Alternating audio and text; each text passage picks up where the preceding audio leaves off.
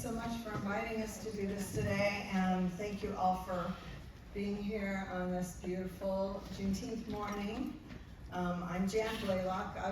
I'm no longer commissioner, but I was with the commission for about 8.5 years and chair for 4 of those years. And this is Ofra, who is a current commissioner and the manager of our amazing junior commission. Nice. So, yay. That's super awesome. All right, you can go to the next one. Yeah. So this is our agenda. I'm going to give you some background because I initiated this project 6 years ago, which has culminated in, this is our actually second report. We've had 2 different projects, one that was in 2019 and that started then, and the other in 2021. We'll talk about the Women's Recovery Response Grant and our report on the status of women and girls highlights, some recommendations, and also resources. So, background, there have been many of us on this ad hoc over the course of, since 2018, the summer of 2018. The first 2 were myself and Tricia Almond, who was on the commission for a number of years, and then Diana McDonald and Ginny White joined our group, and Kai Rogers. And that was our first iteration of this project. And then Katie Gordon, Marta Cruz, Ofra, and Julie Schulman, who is here as well. So to give you some background on this, in the summer of 2018, Tricia Almond and I attended a national conference in LA. We heard a presentation from the executive director of the Maryland Commission on the Status of Women about a project they had just completed. They went from county to county asking women what the top 5 issues were that they were dealing with in their community, personally and in the community. And then they asked those women to brainstorm on ideas to how to resolve some of those issues. We loved this idea and decided to bring it to Sonoma County. We created a survey, so we can go to the next slide.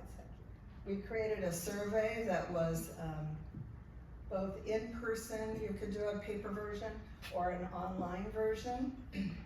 And we, again, wanted to find out the same, oh, that's interesting. Oh, there we go.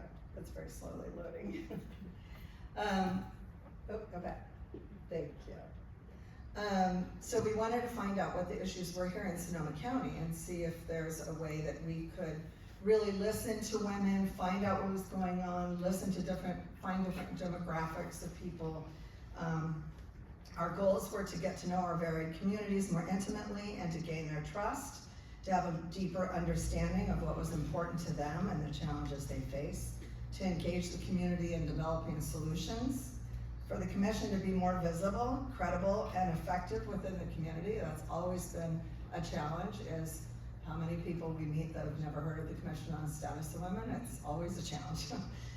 To develop and strengthen partnerships with service providers and organizations, to present our findings to local, state, and national leaders with general findings as well as a breakdown for the different districts in our county, and then to provide some recommendations. So then the listening sessions that we held were in each district. You know, there are 5 districts in the county. They were in person, and then we also spoke with the women that are housed in the adult detention facility. So there were, I think, 85 women we spoke to, the 2 different cell blocks there, and that was incredibly enlightening. And a lot of the issues that they had that they were concerned about, because our main question to them was, what would you need to be successful when you leave this place? And a lot of their needs were really just the same as everyone else's needs. Have resources, to know what your resources are, to have support, to know how to find help, and to have advocacy, have an advocate. And then we can go to the next one. So the top issues that came out of our survey are lack of affordable health care, lack of low-income housing, access to quality, affordable childcare, mental health issues and lack of mental health services, and poverty. Those are big issues.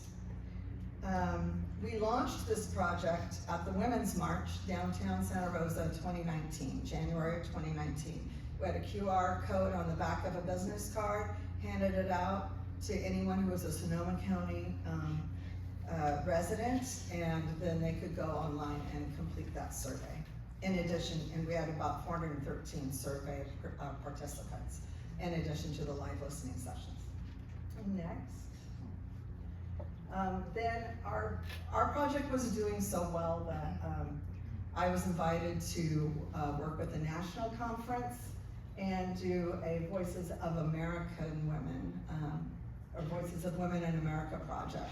So I got to go and present in Chicago for that, which was super fun. And so there's some photos from that. And from some of our listening sessions, you can see the paper on the wall. That's where we asked people what the biggest issues were, and then we categorized them, and then they had stickers, and they would put a sticker next to the 5 they thought were the biggest deal. We would choose those 5 to then talk about and brainstorm on how to possibly resolve those issues. Next. So then we wrote a report. Katie Gordon and I wrote the report. I wrote the, from the listening sessions, all the data that we had gotten from that, mostly qualitative data, people telling their stories to us about what they needed. And then luckily, Katie was a brilliant person at deciphering data. And so she created this report.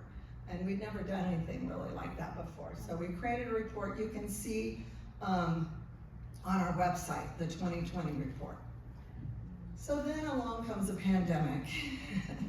And we realized the data that we had and the report that we had were super important, but that things would only get worse now, and maybe there would be new things that we need to deal with. So we came up with a new survey, and was it? Yeah, there we go. And then we surveyed women about the challenges they were facing specific to the pandemic. We didn't have live listening sessions, obviously, because we were in lockdown. But we had a more robust outreach. We put some ads in the Bohemian and different papers. We sent our survey to everybody we could think of, lots of nonprofits. Some of you hopefully received it. We asked you to share it with your constituents. And that's how we ended up with 780 English responses and 53 in Spanish. And then, thank you, Jan. So now that you know all about the data that we collected, next what we did is when the survey was complete, we started thinking about how to write this report, how to disseminate it to people so then we can actually make change with it. So the state had just announced a $5 million grant that was called the Women's Economic Recovery Response, and that was managed by the California Commission on the Status of Women and Girls. So all state commissions and nonprofits were invited to apply for the grant. We decided to see whether or not the Center for the Advancement of Women at Mount St. Mary's, who have actually written many reports like this in the past, would work with us. So, and help us write the report. And utilizing our survey data as well as the census data is one of our data sources. We received a $25,000 grant and supplemented with funds from the commission budget, as well as community investment grants from the Board of Supervisors, which supported our Spanish translation. So here you can see the information that we were able to put into the report, the data sources, and the grant that was able to make it happen. So now we're just going to go through some of the highlights from the report. Some of them you can actually see around the room or on our Facebook page. Follow us. Hope you do. So next, we're gonna touch a little bit on employment. These are just some of the major topics that came out in the survey data. So here we touch on the intersectional wage gap that reflects the combined impact of gender and racial disparities in earnings within the workforce. So there you can see some of the statistics that came out from the data that we collected. Next, we touched a little bit on food insecurity. So this came out as a key challenge for women in Sonoma County as well. Since we collected our data in 2021, inflation has actually pushed up the food prices, and it's only exacerbating the food insecurity in Sonoma County for its residents. And the next few slides are going to be about housing. This came out to be one of the major issues that women raised. Single women raising children in Sonoma County are facing the brunt of the crisis, with almost 60% identifying affordable housing as the support they need most. So again, here you can see some of the statistics that came out of that, and we have more information. In this slide, you're able to see that nearly 47% of renters and also 1/3 of homeowners are grappling with a substantial burden of allocating 35% or more of their income to housing costs. Of particular note are the unique struggles faced by single mothers as the head of household. So in here, you can also see that in 2021, the foremost challenge for 1 in 5 participants continues to be access to quality, affordable housing. Here we also touched on the unsheltered community within Sonoma County. So from 2020 to 2022, the number of unsheltered individuals in Sonoma County increased by 23%. So the data highlights the urgent need for a robust and multifaceted approach to address the complexities of unsheltered in our community. And lastly, on the housing slides, we talk about domestic violence. So here, this statistic underscores the intricate web of challenges faced by a significant portion of our unsheltered population. And there's a lot more data on housing, employment, and food insecurity in the report as well.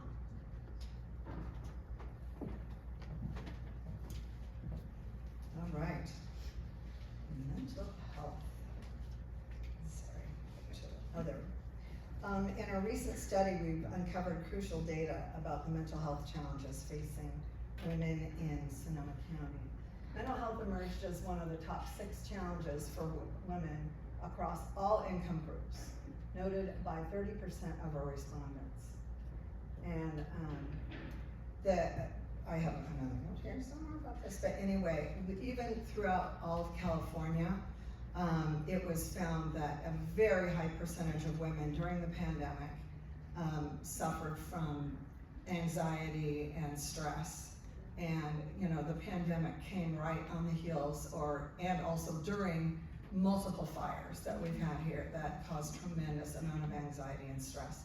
And it was interesting because women did state the stress and anxiety far more than men did. So it was partly because of the other burdens that also you will see coming up next. And next. Childcare. 26% of single mothers nationwide reported that they had to decrease paid working hours to help with additional childcare and home learning.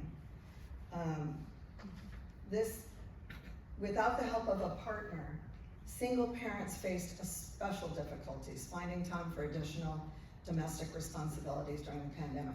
Some local organizations that are working, I'm going to pump up, to provide assistance, especially during times of crisis, are the 4 Cs, Sonoma Can, which was CAP, Sonoma, now it's Sonoma Can, Child Parent Institute, and First 5.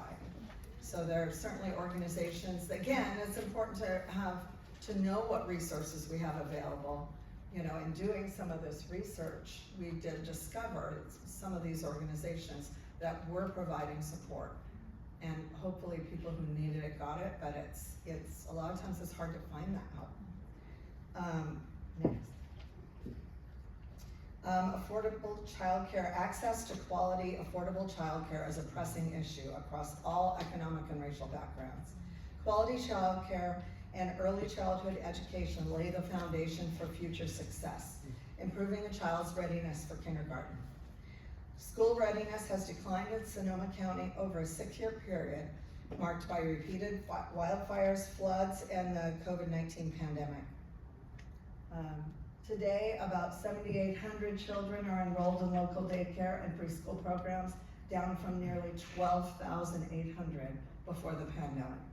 And as you can see, it's across all different racial groups and really as far as economic groups as well. So it's across the board, it's an issue.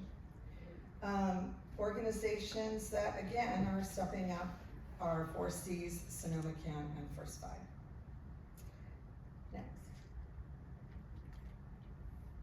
Okay, as the special impact on mothers. During the pandemic, families that were headed by a woman and a man, mothers bore the primary responsibility for childcare, and when schools were closed, for child learning. There continues to be a gender gap in primary responsibility for childcare, whether parents work from home or not. So you can see here also in the data about the percentage, whether both parents are working from home or they're not in home, still by far the primary responsibility of childcare and child learning went to moms. So the recommendations, Mount St. Mary's came up with some recommendations that counties should examine current policies to ensure that they do not increase the marginalization of underserved communities. Increased awareness and access to services for career training, financial management, and family support are also recommended. Counties to encourage their agencies to adopt paid family and medical leave policies and advocate for them through the business community. That was another thing that came up, was so many, especially the single moms, would have loved to have paid leave available so that they could stay home and do the things that were being required of them at the time. So those are some of the recommendations they made. Thanks. These are some of the local resources that we've engaged with in putting together this project. Burbank Housing, Child Parent Institute, CAP Sonoma, which is Sonoma Can, 4Cs, First Five, On the Margins, Pet Housing, Petaluma People Services, Reach for Home, Women's Recovery Services, and the YWCA Sonoma County.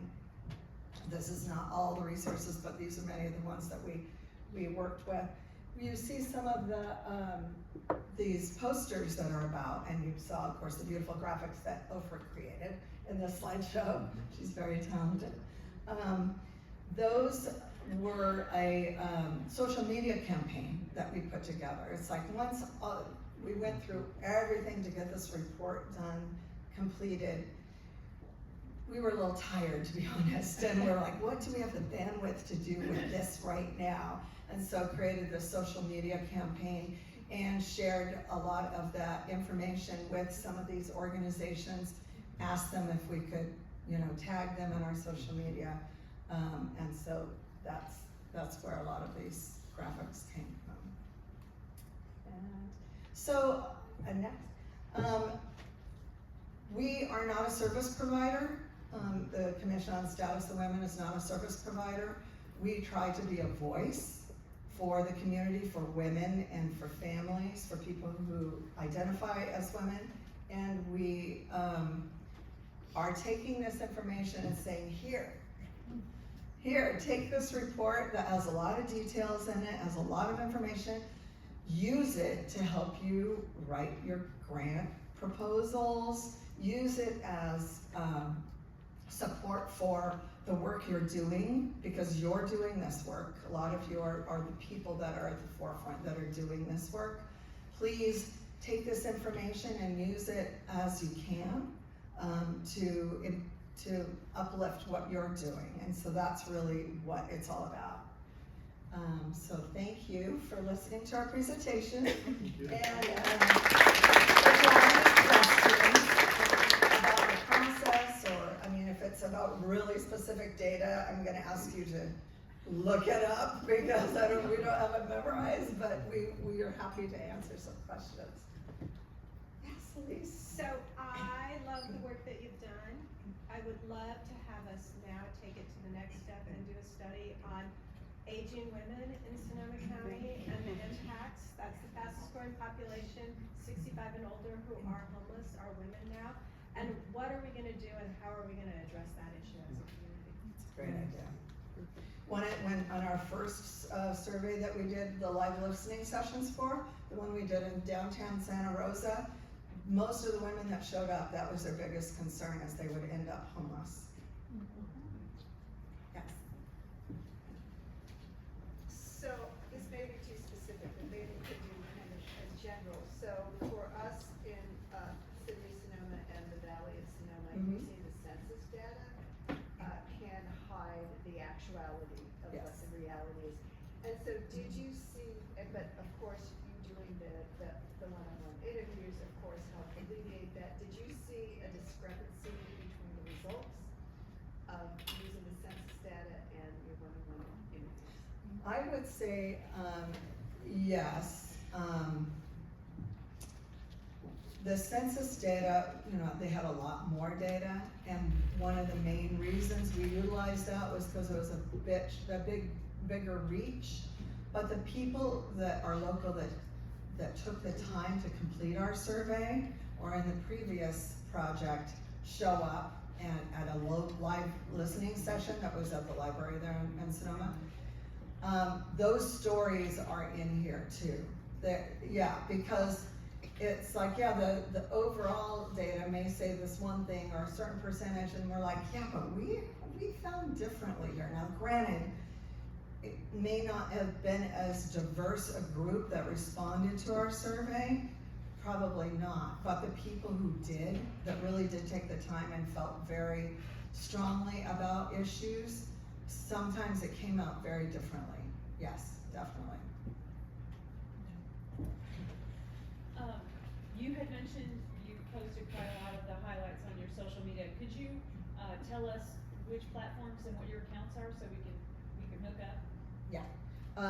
Facebook is Sonoma County Commission on the Status of Women. You have to type it. It's not shorthand.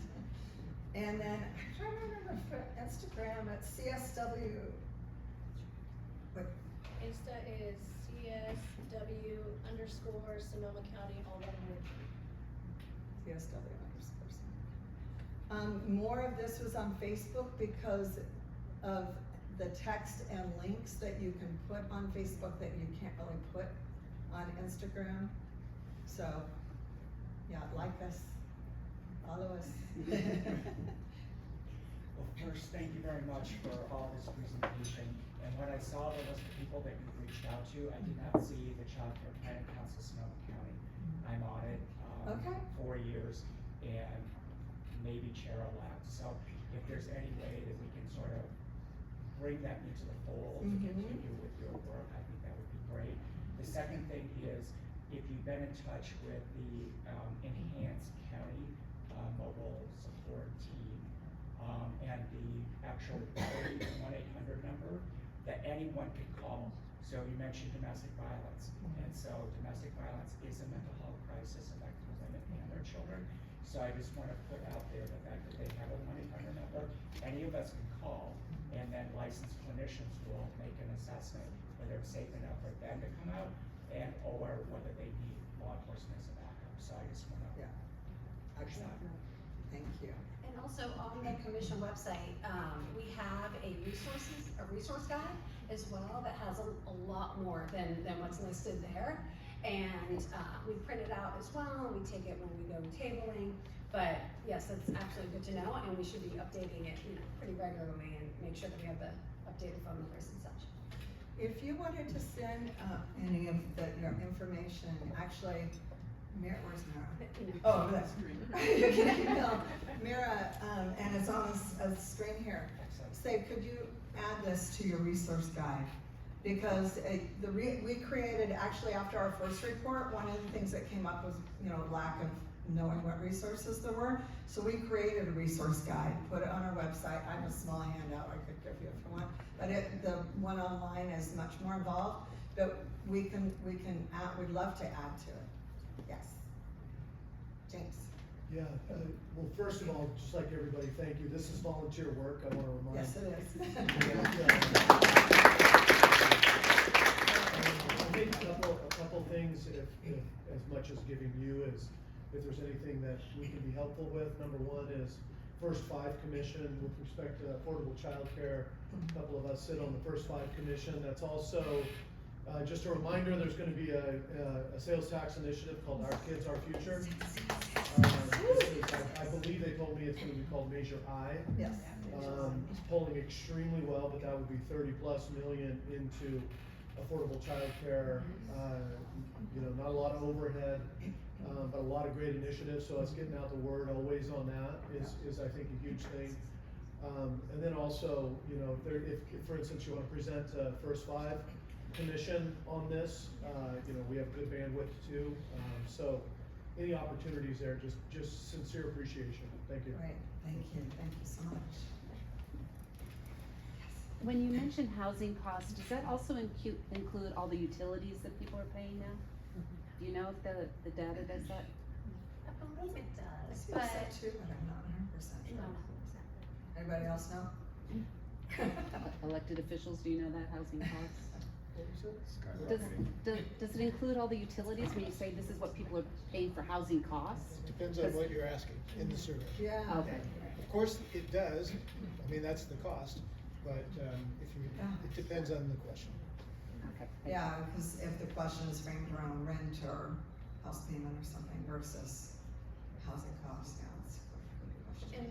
And majority of those statistics came from the census data as well, so we can review that. Yeah. And also, I wanted to touch on data for a moment, in talking about how the census data helped fill the gaps that the Voices report wasn't able to collect. The Voices surveys were long, so those that did fill it out gave us a lot of information, and we really appreciate their time. But we also had a lot of qualitative data, where people really just told us their stories, and we weren't able to really, make graphics out of that and so on, but there was a lot of information in there that is also touched upon in the reports that you now have too. Yeah, it was very important to us with the grant. That's one of the reasons that grant didn't cover all that we wanted it to cover, was because the qualitative data was really, really important to us too, and they don't usually include that. So, anybody else? Okay, well, thank you again so much for spending the morning with us.